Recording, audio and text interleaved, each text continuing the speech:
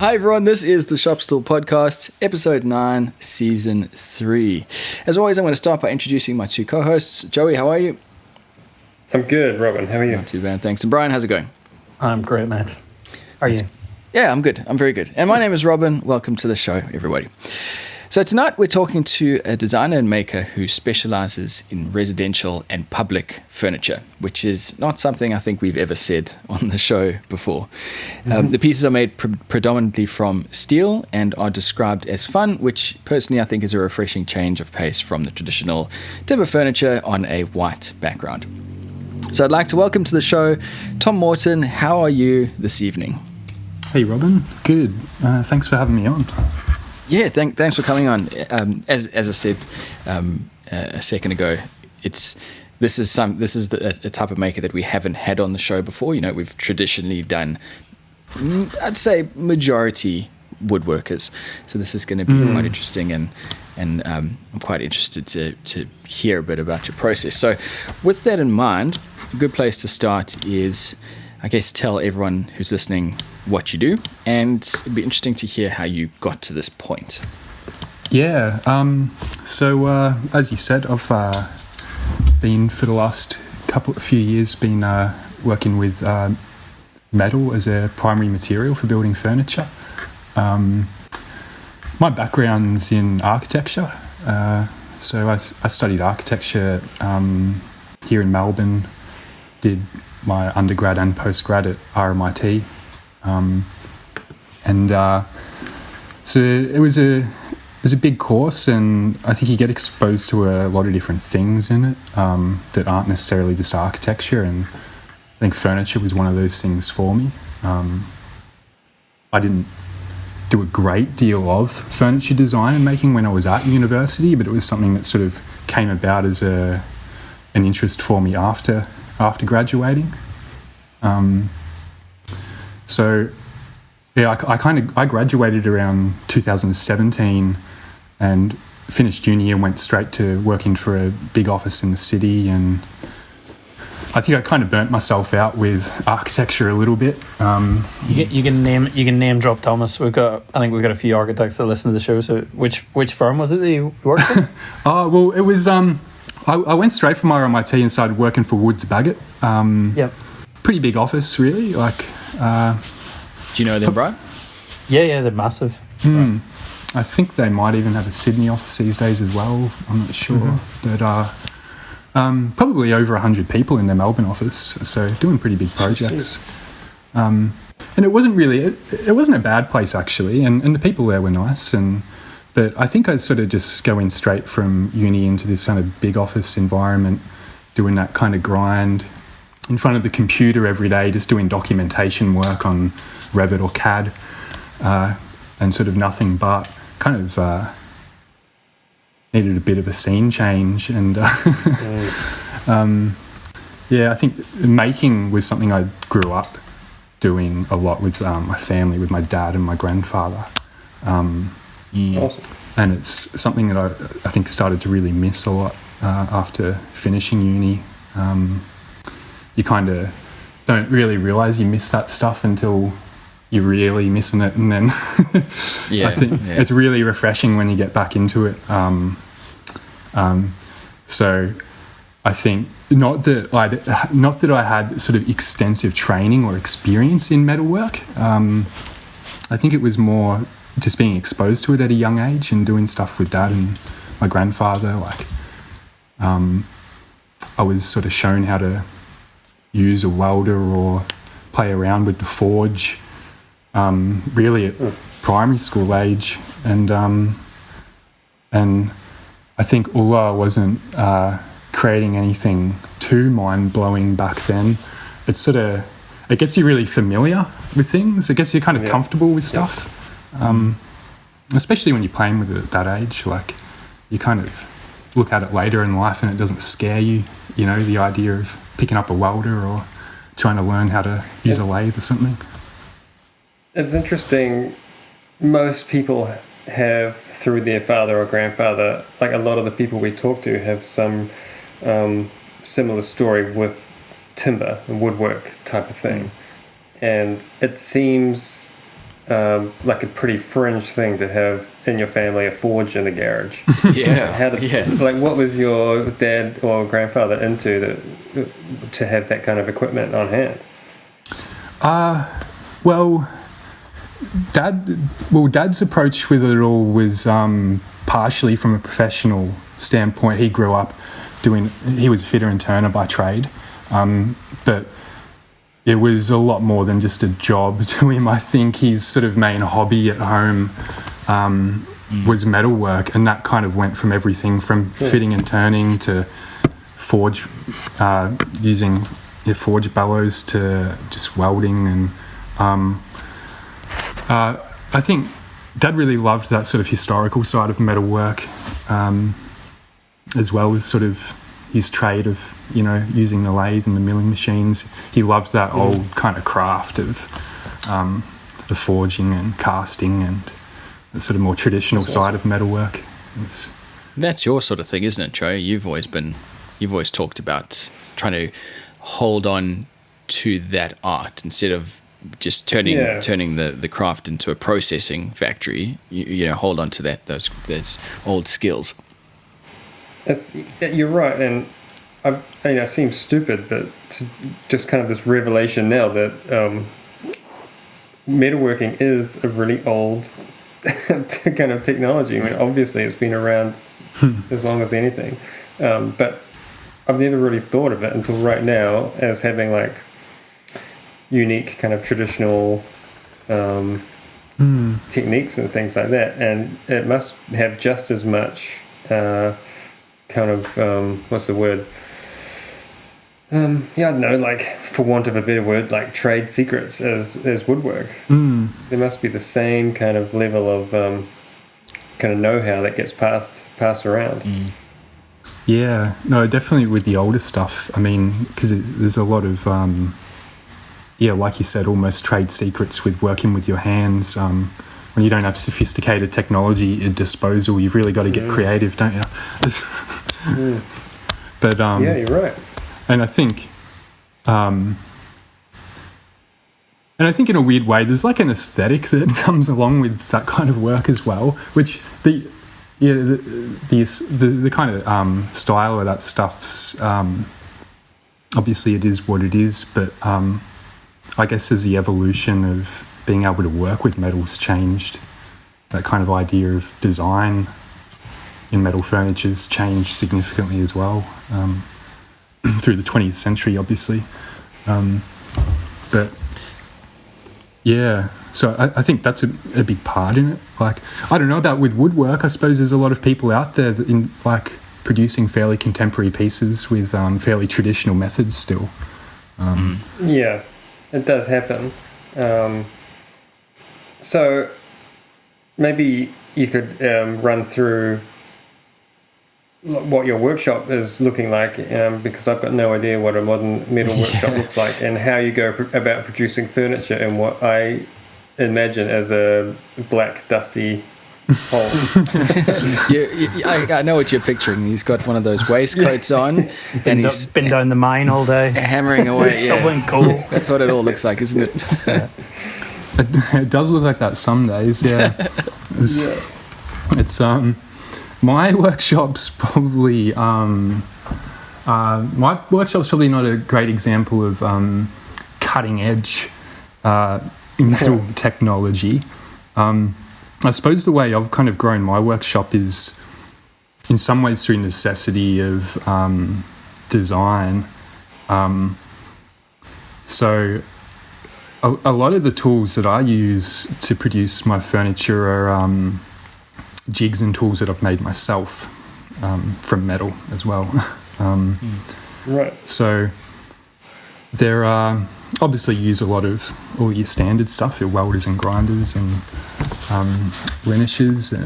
But when it comes to the furniture stuff, it's a lot of my designs have some pretty weird curves in them, and I played around with sort of off-the-shelf equipment, or commercially available equipment for doing this, and found myself running into barriers with just what it could do. it was a lot of bending jigs and bending equipment that you can buy. Like, they're good for single applications and sort of doing, like, if you want to just pump out a bunch of 90-degree bends, then, there's good jigs out there to do that.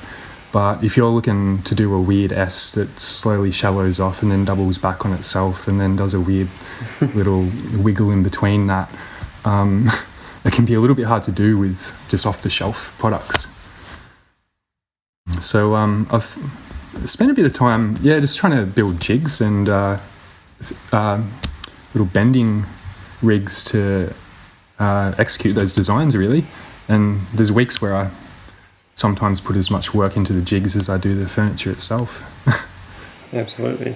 So you worked out that, like, cold steel bending jigs just weren't going to work for you, so you heat to bend, do you? Is that your method? I do cold bend. You do cold bend? The vast majority of my stuff's just cold bent. Right. Yeah, and it was more the logistics of how the jigs that you buy are actually laid out. One of the things I struck early was that a lot of my furniture pieces I use a lot of flat bar steel, and I kind of bend and roll and curve these things back on itself. And something I found with a lot of the jigs that you buy is the jig itself ends up clashing with the job. Yeah. So you end up getting 2 or 3 bends into a job and then realising you can't go any further because the pin that bends the job's fouling with the bit of metal that's hanging out the end. So I had to kind of come up with this system where nothing was in the way of the job at all. It's sort of this funny floating pin mechanism where everything works from above, and you can basically just send a metal any direction you like, and it's fine. That's pretty cool. I think it's a really good way to work, that rather than just limiting yourself to the jig defining your work, that you've kind of come up with fairly solid ideas about using ribbons and then not limiting yourself to the traditional way of producing them. That you've created the jigs, so it hasn't limited your work. It's really neat. I do a bit of steel work as well as timber work, and I'll find that I might not do welding for 3 or 4 months, and then I'll come to it, and the first couple of days will be slow. I MIG weld, but the first couple of days will be slow until I get my eye back into it. But the thing that always interests me about metalworking is I felt the barriers to entry are lower than woodwork. I think to do basic metalworking, the setup costs are far, far lower, and the footprint of workshop that you need is way smaller. Like, in terms of setting up a workbench, a MIG welder, angle grinders, like, talking maybe 4 or 5 grand would get you started. Whereas to really get you started in woodwork is going to cost you, well, Robin, how much more? Yeah. Don't tell wife. Yeah. It's so funny. It's so funny you say that, though, because as someone who's never done metalwork, I've watched people weld a handful of times at most. To me, it looks like a terrifying thing to get into. Woodworking. You see a big spark of electricity, like molten metal flying everywhere. But you are literally melting metal with electricity. When I put my timber through a planer, I know it's just some knives cutting away. To me, it's... You're spinning at 1,000 RPMs at your face. Fair enough. But there just seems to be this, as someone who's never done this alchemy, this mystery around metalwork, then from a cost point of view, maybe the entry is quite low. But just from a skill perspective, it's just another world. Yeah, I think you're right. Like, I think that's... It's definitely more daunting, the idea of it. It's sort of like what I was saying before about just being exposed to that stuff as a kid. When I started the workshop, I started it here at the house in Ascot Vale, and I've got 3 other housemates, sometimes 4. And I started up the metal workshop in our garage in the backyard. And I think it was probably a bit far out for some of my housemates at the beginning. Like this idea of firing up a welder and melting metal Mad and scientist. grinding with sparks flying around. Like, it was they got used to it, but it was a weird thing at the start for them, I think. And and it is like, I mean, yeah, welders are I suppose they're accessible and easy things to get hold of now, but you know, they are, I guess, in some respects, pretty extreme bit of equipment. Like, you don't want to just melt metal casually. Like, Angle grinders are the big thing. Like, I still cannot get my head around it. They will sell an angle grinder to anybody that walks into Bunnings. Yeah. Oh God, I have bad dreams about that kind of stuff. Yeah. I've seen enough accidents happen online that I'm like, Jesus Christ, there's people using these for the first time ever and just cutting something out in their shed with no instruction. It's the only tool that I've had a near accident with. Near death experience. Oh, yeah, I'm not going to blow it out of proportion, but it scared the shit out of me and really made me question using. You know, I see these guys doing steel work when they're building houses, and they're using it on a horizontal plane, cutting a piece of steel next to their face, and they're probably fully in control. So I'm not knocking them. But I look at that and I just think, well, if I can buy an angle grinder, I should be able to buy a gun because it's on the same page. Oh dear, you can take the boy out of South Africa, huh? You're gonna go throw an angle grinder at an antelope. So talking us through your setup, Tom. You've got a forge. You MIG weld or TIG weld, or both? Well, most of the welding I actually do on the small scale furniture is arc welding, so just sort of stick welding, as it's sometimes referred to as, which is not a bad, simple setup. It's probably one of the simpler kind of, like, if someone was to begin welding, it'd probably be a good way to do it with an arc welder. It's a little bit less setup involved. You're really just kind of buying a small DC transformer unit and some welding rods, which like when it comes to welding, there's usually a flux involved in some way. Instead of having to use a gas like TIG or MIG, arc is just, it's all sort of in the stick, in the electrode. The flux is sort of in there, so it's easier and quicker a lot of the time. But it depends on the job you're doing, I suppose. Like, I grind and finish a lot of the welds that I do. So, like, if the weld's in a visible or obvious place, I usually won't leave it as a raw weld. So, arc's not bad for that, for running stuff around and quickly and easily grinding off any excess surface stuff. But depending on the scale of the job that you're working on as well, like, there's a few ways to go at it. Do you do much forging? Yeah, we've talked about forging. Do you do much of that in your... Because just looking at the products that you're putting out, I would assume that wouldn't be part of your process. No, I haven't really forged any furniture stuff, really.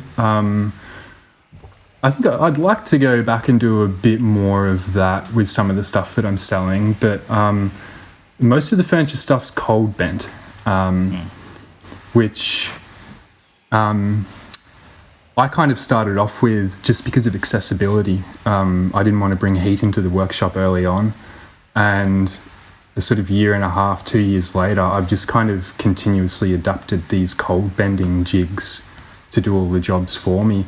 And I've very rarely needed forge kind of stuff to execute the designs with furniture. And it's part of the way I design now as well. I suppose I'm actually designing with that in mind when I'm creating pieces. I'm sort of thinking about, how does this get made while I'm actually drawing it or designing it? Like, that's interesting. I'm talking about the design process. Who are your sort of major influences?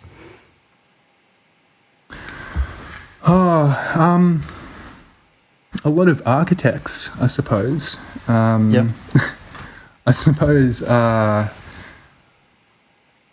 lot of architects, as you probably know, have done furniture through history as well. I suppose there's a bit of that classic thing that any architect that's worth anything is supposed to have at least designed a chair at some point in their life. A really uncomfortable chair. Yeah, exactly. Yeah. Which is why I think my early stuff was so uncomfortable. Rite of passage. Because I was kind of coming at it from this very architectural standpoint. Like the inspiration behind using a lot of this flat bar steel, like flat bar mild steel, is kind of like my bread and butter for what I use, and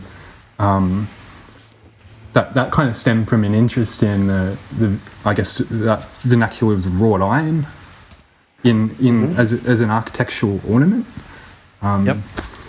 and how that sort of language of what is very heavy in the Australian suburbs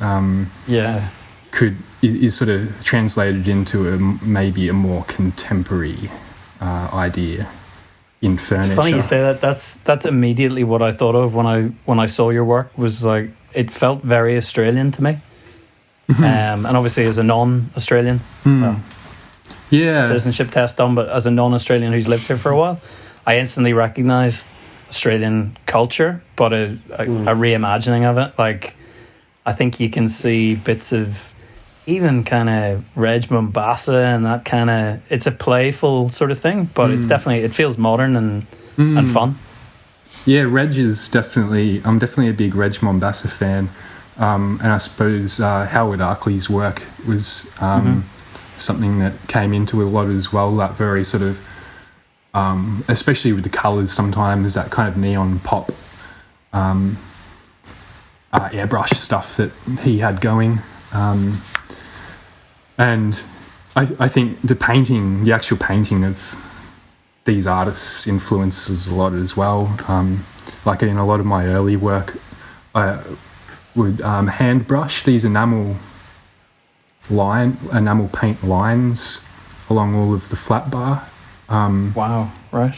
So it was sort of this to give it this ribbon effect, but it was a very scrappy line that I would paint on there. And I think with the early pieces, it was to kind of draw the eye away from the mistakes I'd made. Like, Very clever. yeah, it was kind of a bit of an optical illusion, but misdirection. Yeah. But I got better at making stuff, and I just kept the lines. So I just sort of. Yeah. Talking about the design, we talked earlier about from a historic perspective, you like all of that old worldy excuse me, type of look. The stuff that you're doing here is very modern. It's a big step away from that. Do you feel like what you're doing with these pieces, and just on a side note to everyone listening, you have to go check out Tom's stuff to understand what I'm talking about with all these curves. Do you feel like that's the direction that you wanted to go with this originally, or is that sort of just evolved? Is that something that you've fallen into along the way? Well, it was something that evolved from that more traditional approach to design and making, I think. Like I mentioned that I was sort of interested in this sort of wrought iron of sort of architectural ornamentation sense. It's kind of nice, but if you ever pay attention to the wrought iron and fences and gates of Melbourne, you're really only kind of dealing with 2 or 3 different forms. Like you've got an S scroll, like a C scroll, some twists. It's very classical order based. And really the only thing that's played with there is proportion and scale. I see what you're saying, yeah. I just thought, well, there's a lot of potential to that mode of building. Like, this wrought iron could be taken in a lot of directions. Why is it only being used in this one singular way everywhere? So was trying to just expand on the language of what those existing classical ways of designing with wrought iron were. The making techniques are probably not too far separated from how it's traditionally done, I suppose. But I'm just kind of thinking about different outcomes. And I think the other side of it was that the flat bar lended itself to this kind of continuousness that, like the matchbook chair that I did was sort of my closest attempt so far at trying to make a single piece of furniture out of a single length of flat bar steel. Awesome. So it's obviously cheating a little bit because the amount of metal in that's probably about 40 metres worth of steel, and you can't buy a 40 metre length of flat bar. Now that would make a cool piece. That's what you need to start in the description. One day, it's still a goal.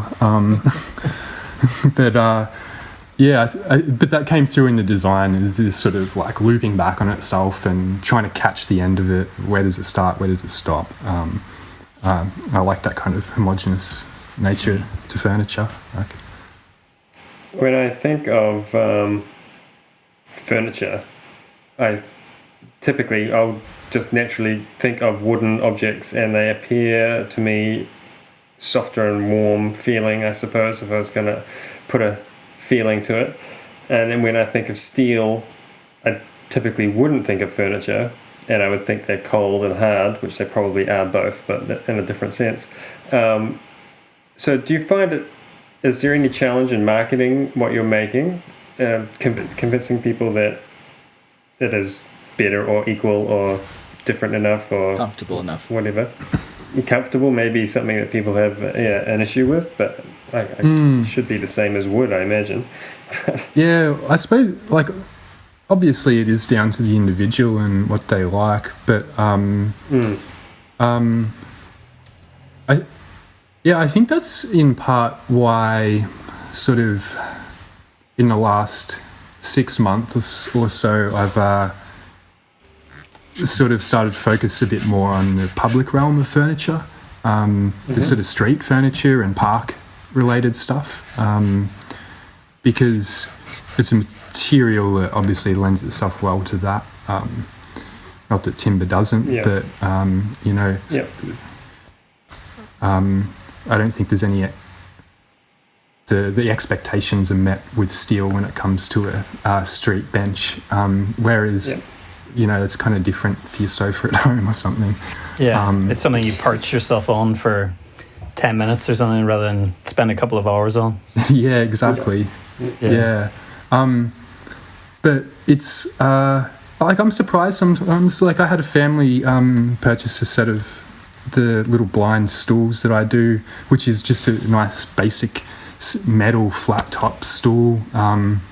There's not too much going on with it in terms of ergonomics or comfort, but they bought a set for their dining table, and they just sit on them and eat dinner each night. And a lot of people would hate that, but they really loved it. It's a really fun piece. I reckon that's. Would you consider that to be one of your signature pieces, the blind stool? Yeah, it's probably done the best of anything I've like in terms of selling. I've probably sold the most of that of anything I've really done, and it seems to be received pretty well. Are you doing runs of these things or made to order? Generally made to order. I kind of just. Something like with the stools, I sort of just try and churn out as many of those as I can on a fairly consistent basis. Right. And, I might get a little bit slack and not have any and then get an order and have to make a bunch. But, I try and make them fairly consistently. They sell pretty well. Do you handle all the sales directly, or do you have anyone that stocks them? Just some online shops. Like there's an online. The biggest one is probably the Makers Market, which is like an Instagram-based Melbourne store. She stocks them, so I sell them to her, and then she sells them on through the shop. Like I sell them to her at like a slightly less wholesale price, I guess. And which got to do if you're going to sell in slightly bigger numbers, I guess. That's right. Yeah. But I like to try and keep. What I'll usually do is just get a bunch to the stage of like steelwork finished, and then if someone comes along and they want some obscure colour or some weird finish, that can just sort of be the last stage I do to it. If they want it powder coated or zinc plated or whatever it is. I was going to ask about finishes. My first thought would be that you sand everything off to get powder coated, but it sounds like you are hand finishing pieces as well somehow. What are you using? These days, I'm generally powder coating. I'm sending off. Right. I'll for the residential stuff, I basically just get it with a zinc primer and a powder coat finish. With the street furniture, delving into this realm of public furniture has posed a whole new range of problems. I was going to ask about this. So when you're saying a zinc primer, is it a hot dip? Is that the process, or how do they do a zinc primer? So with the stuff that's got to be slightly less durable, like indoor pieces and that, I can just do a zinc primer and then powder coat over the top, and it'll be fine. Okay. For public pieces that are outdoors and getting kicked and dented and all of the rest of it, either a proper zinc electroplate first, or a hot dip gal. The hot dip gal is a little bit trickier with the powder coat.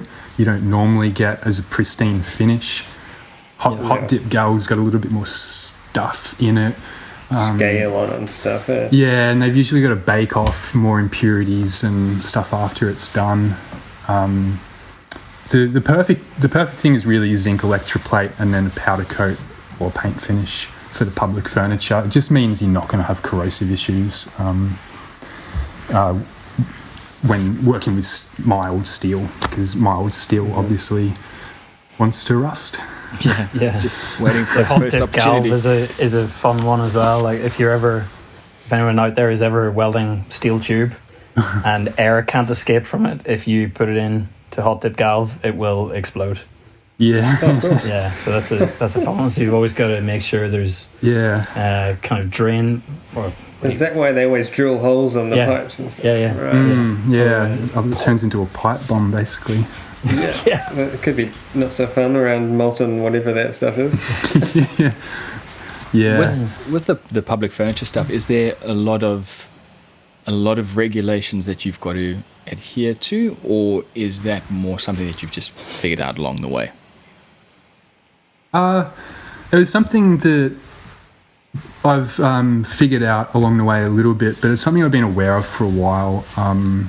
There are design guidelines and regulations sort of surrounding these things.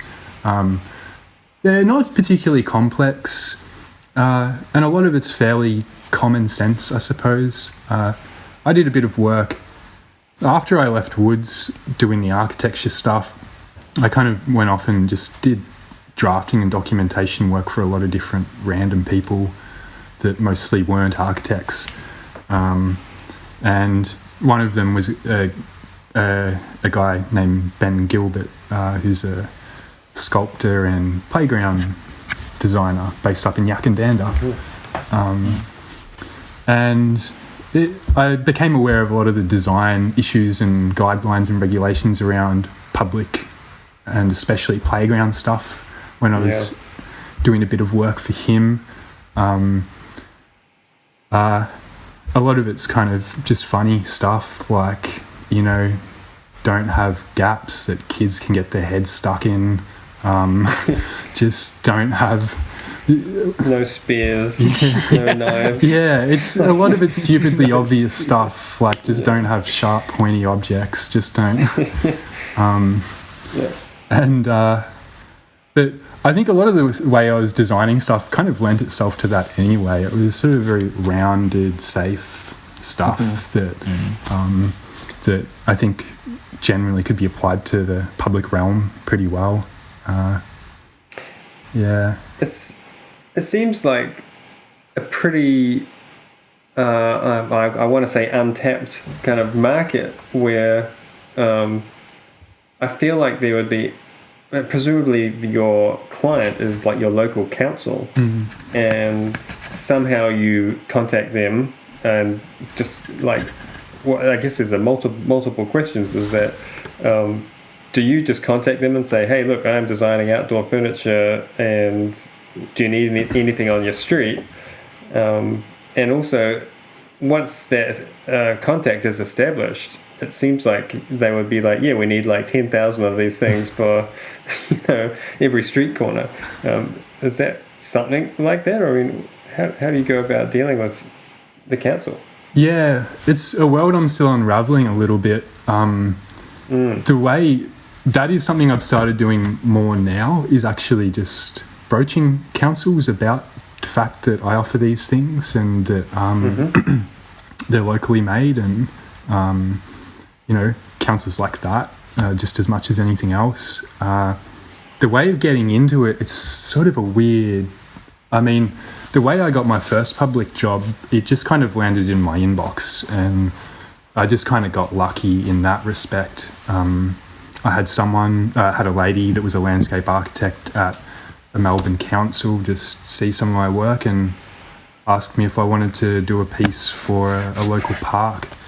And then that sort of led on to doing some seats for them. And since then, I've just, I suppose more consciously tried to put the work out there for that public realm. Some of the pieces I've designed for the public realm I haven't actually built yet. Right.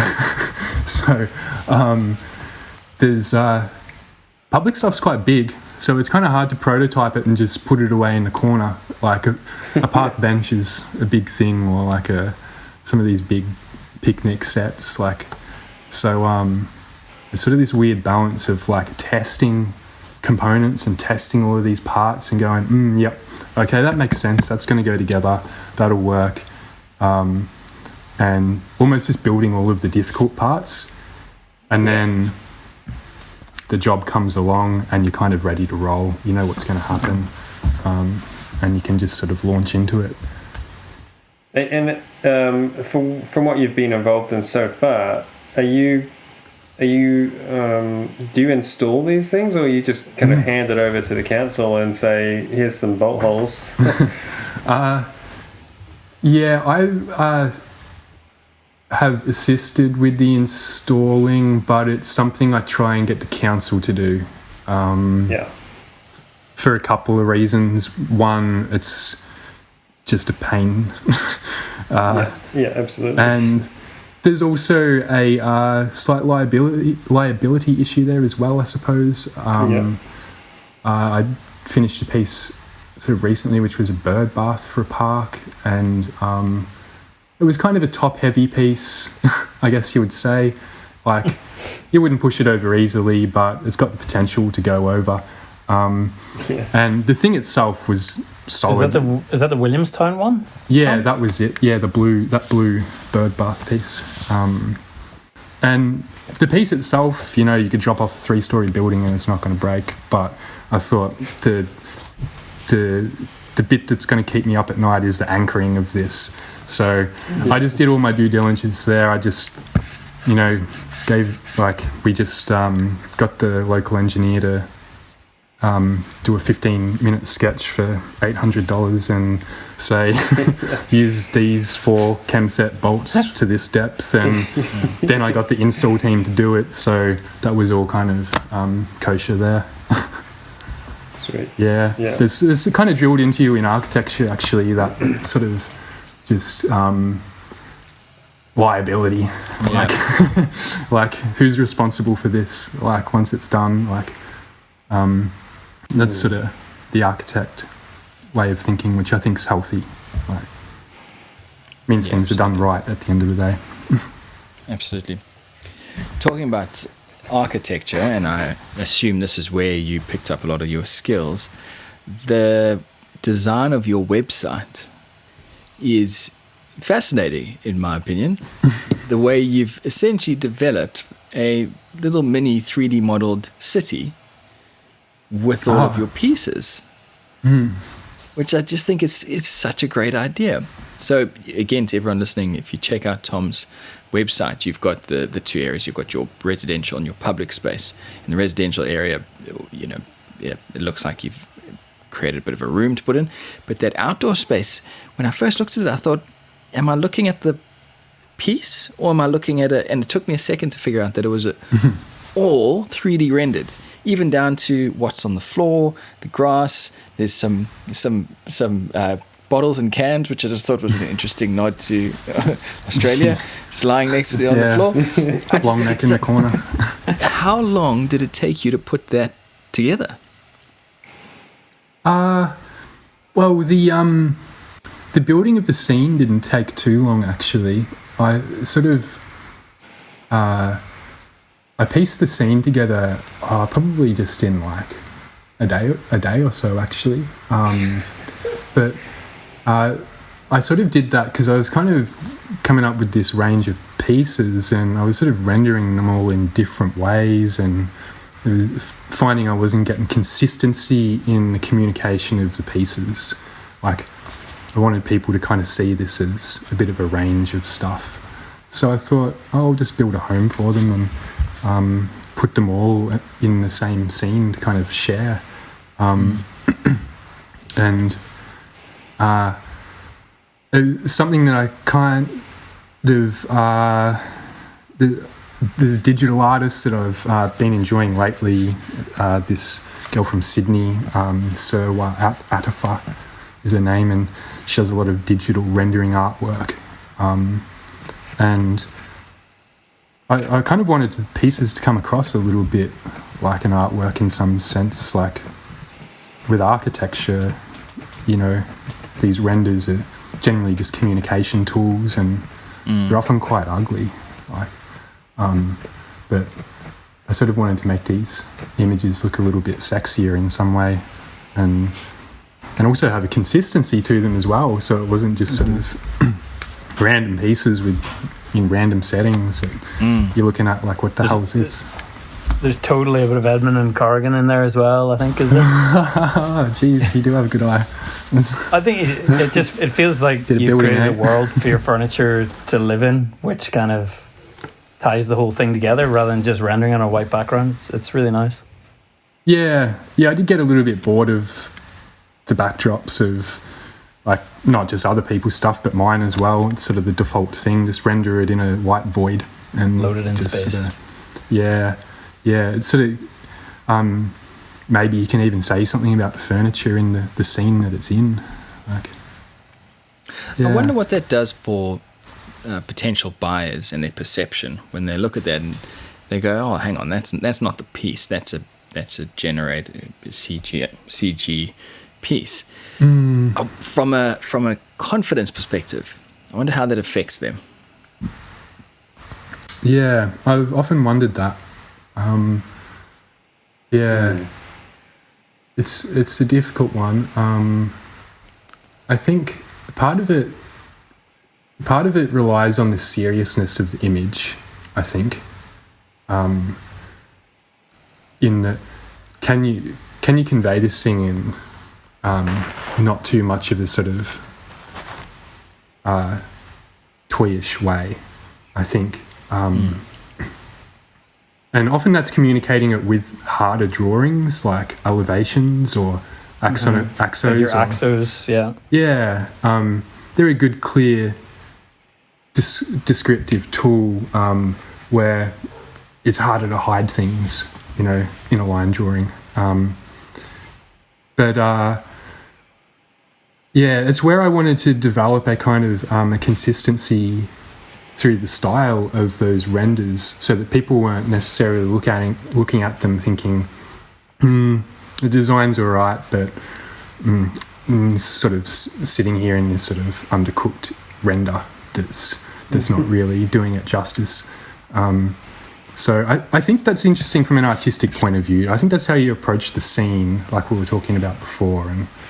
And, you know, sticking a little Pepsi bottle in it or something might actually help.